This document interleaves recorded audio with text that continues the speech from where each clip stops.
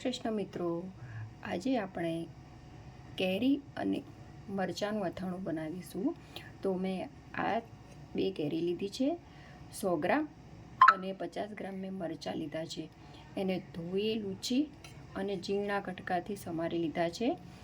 પછી મેં ચાર મસાલો આવે છે એ લીધો છે. એને હળદર, લાલ મરચું પાવડર, તેલ ને હિંગ.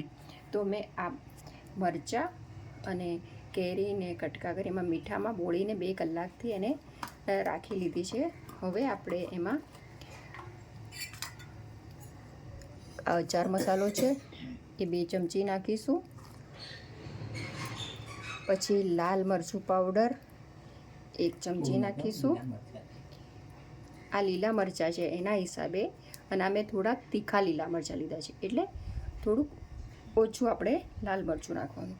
અને હિંગ, ગરમ તેલમાં થોડીક હિંગ નાખી દેવાની, અને એમાં થોડુંક આપણે લાલ મરચું નાખી અને તેને હલાવવાનું છે.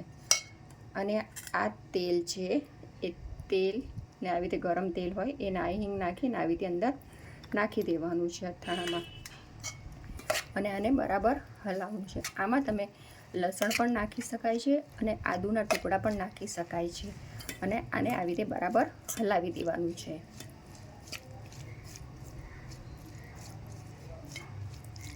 આ તમારા ટેસ્ટ પ્રમાણે તમે તીખું જેમ વધારે લોકો ખાતા હોય તો તમે તીખાશ માટે લાલ મરચું તમે નાખી શકો છો. આમાં હું થોડુંક આ કાશ્મીરી લાલ મરચું છે એ હું નાખું છું કલર માટે થઈ.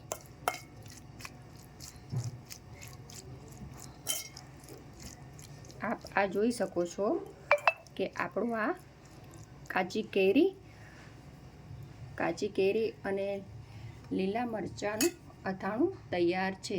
જય શ્રી કૃષ્ણ.